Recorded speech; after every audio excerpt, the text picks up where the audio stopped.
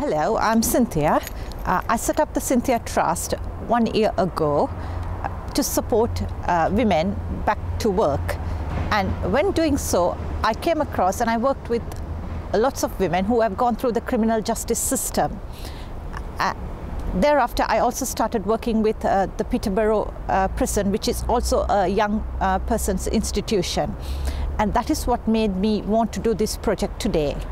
When I started the project, my main idea was to support these women back to work and give them some form of chance in life to go out there and do the kinds of things that you and me would like to do, rather than being locked up in the prison. But when I walked into the prison, when I walked through those doors, I realized no matter whatever you do, this is not the place for a human being to be, because it takes all of your freedom. I mean, what are we if we don't have our basic human rights and freedom? We don't have the opportunity to see our friends, families as we like, sometimes for petty crimes that people commit.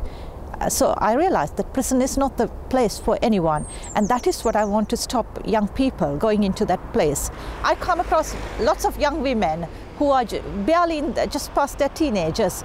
I mean, they've gone through a hell of a lot, when I say, starting from domestic violence to sexual abuse, rape, drug abuse. Sometimes when you speak to them, you think, oh, they're barely children, just come out. And sometimes even the worst thing is, you speak to them, you think, they tell you, oh, I have a child of 3 years, 4 years, which makes you feel very sad. And this is barely a child, and also having their own children makes you think, what's wrong with the system to try and lock up people like this? And I remember one particular woman. She looked, when she came to me, like I thought she was about 30 years of age, because she has lost all her front tooth and hair was growing. She's got very skinny and cuts and bruises because of abuse of drugs. And I just checked her ID to get her name, and then I realized she was just born in 1985. It made me think, what the hell am I doing here? So it was, I just can't get her out of my head, because that's one incident, that's one case that struck very badly in me. So I thought, and she's gone through certain things that I don't think most of the people would never imagine. Been sold on the streets, been pimped, been abused by their own family members. And then I think, where's the dignity of humankind? With our project, we support women in many different ways. So far, we've supported, since our starting in last year's October, starting the outreach work, we've supported about 50 women. And they've come to us for various reasons, such as asking for general help with housing, accommodation, clothing. And for example, the case study you would see about Manisha. Now, when Manisha came to us, she was just at the brink of getting thrown onto the streets and working on the streets, because she was depressed. She didn't have a way to, nobody to go to, and she had a young kid to look after. And she's faced years of domestic violence and been in the refuge, and she had no work. So we supported her through the process, and now she's got a permanent job, and she's quite happy, looking forward to a new chapter in her life. I'm a middle-class girl, and I'm from Africa exactly, and I was born there and brought up there. Come here to my sisters, and I got married 9 years ago, and within few months I separated due to domestic violence, and while I was pregnant, and it was too much for me. Until I was about 8 months pregnant, I came out of the house. So I was helped by my sister at that time, and I was there till my daughter was 3 years old with my sisters. Then I decided to move here in Leicester, and then started life here in Leicester, and I was looking for a job, and one of the friends suggested she knows Zinthiya. I've stayed in hostel as well, so I've come across with them as well, and talking to them as well. And while they are, when they come new in the hostel, I stayed in the hostel about 2 years, waiting for the housing. So I came across with that as well, and I know that when they come, they are very isolated. They don't want to talk. They always cry. They always they just be afraid, and they don't come out of their room. The work that she does. I do help. I'm helping Zinthiya around and go to dropping sessions and help there to the other women, and also sometimes in the office as well. I do small bits and bob and help out as much as I can. I used to be afraid to talk to people, but now I can talk whatever I can, and whatever comes in my mind I just talk. It just without thinking whether it's right or wrong, but I feel right. I'm like that I'm free to talk, so I can talk. She don't have it, because this will not only. We have gone to the meetings and see how people are there. There are some. They showed us a lady who she was a prostitute, and how she faced all the trouble and everything. From that, I can't even imagine that to be a prostitute or ex-offender, you have to be very. It's dangerous out there. It's not easy to say that, oh, I'm this, so it's not easy.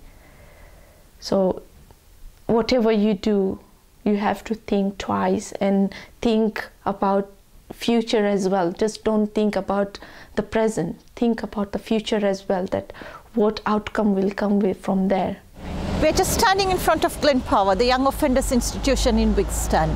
And this is the place where many young people who take up to the road of criminality will end up. And as I said, it is what we want to prevent, and that is this project is all about. We just don't want our young people to be locked up in an institution and where they would not have a future for themselves.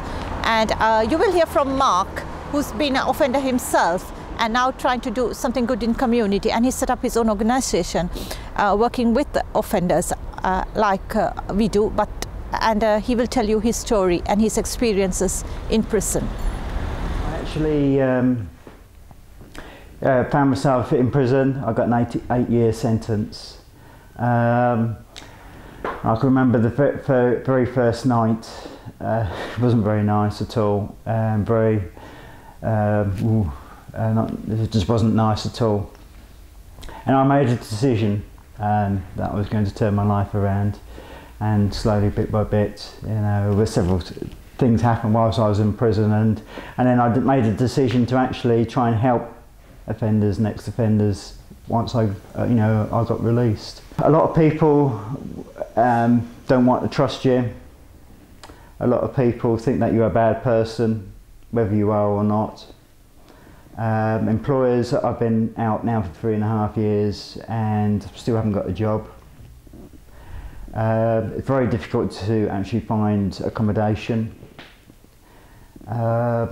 It's just quite frustrating at times. Life before going into prison wasn't very nice. I wasn't very happy.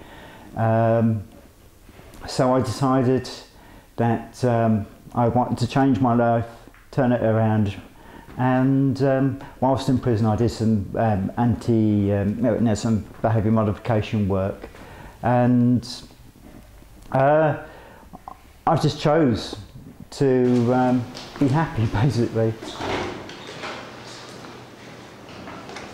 It is so easy to actually slip into a life of crime. It's just so easy. Because basically you may start with a few pranks, basically on a recreation ground, having a few bevies, having a few joints or whatever it is, but then it's where it leads to.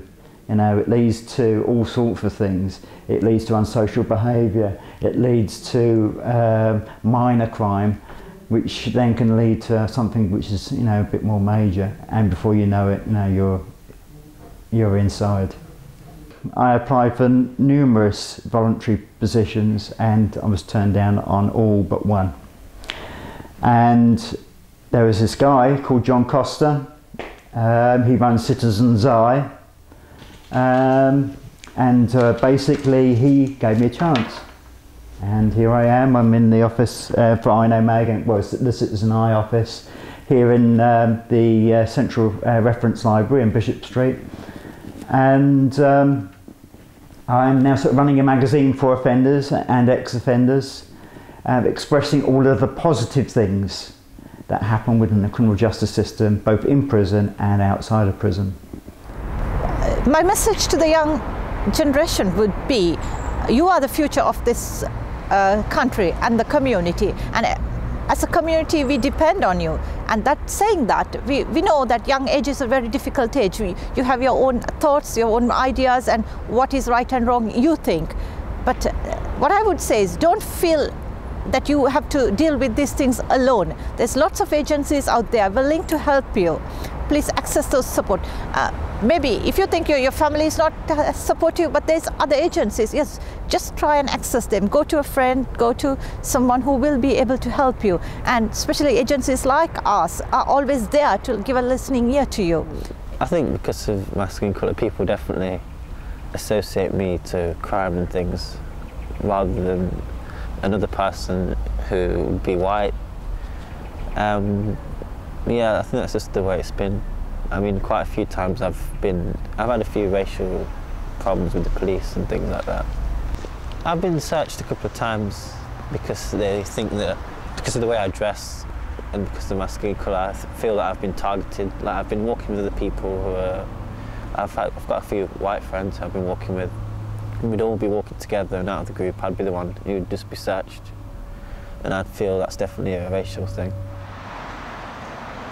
A lot of the time it does get me very angry and things like that happen, especially when I'm not doing anything, and I seem to be the one who keeps getting searched a lot. In my perfect world, I would like to see, to be honest, if I'm being very truthful, I would like to see the prison system abandoned completely, because for me, putting a young person behind an institution does not help, because world is not about the four walls around it. And to be honest, we know most of the time young people turn into worse criminals when they come out of prison.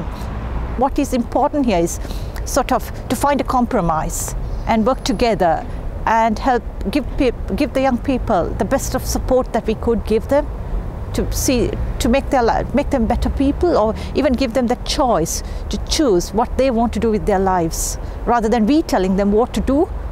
My advice would be to just be careful what you're doing, and think of other people you might be affecting before you decide to do something, as well as just thinking about yourself, and just do the right thing really. As we can see, the world is beautiful, but when you come out of the shelter, you see that how dangerous that world is. I regret my criminal past.